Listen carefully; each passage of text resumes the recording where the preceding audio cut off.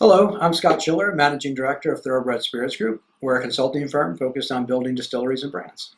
And today we're going to talk about myths. And one of the myths out there is about hiring a bartender or sales ambassador or brand ambassador out there to act as your full-fledged sales force.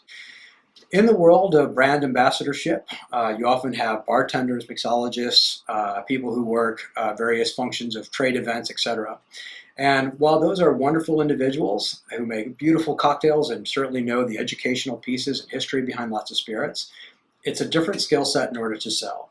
And so what you're doing is when you're hiring these individuals who may be more pleasant than perhaps your traditional salesperson, the unfortunate reality is that they are not built or wired to sell. It's just simply a different skill. It's also a different relationship perspective.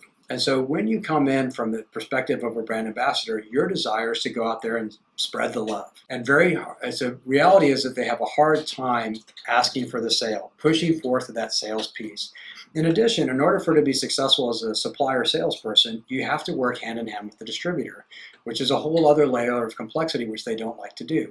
It often requires very strict scheduling, as well as computer work and compliance work, things that they often don't like to do. Compliance meaning they have to follow the rules, can't hand out free goods, etc., etc.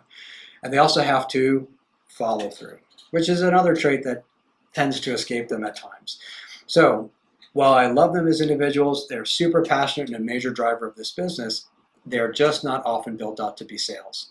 So the cost savings for someone who's not the traditional six-figure salary is very appealing, but the reality, this is a relationship business. And in order to be successful, you have to have a sales mindset and really know the people at the wholesaler.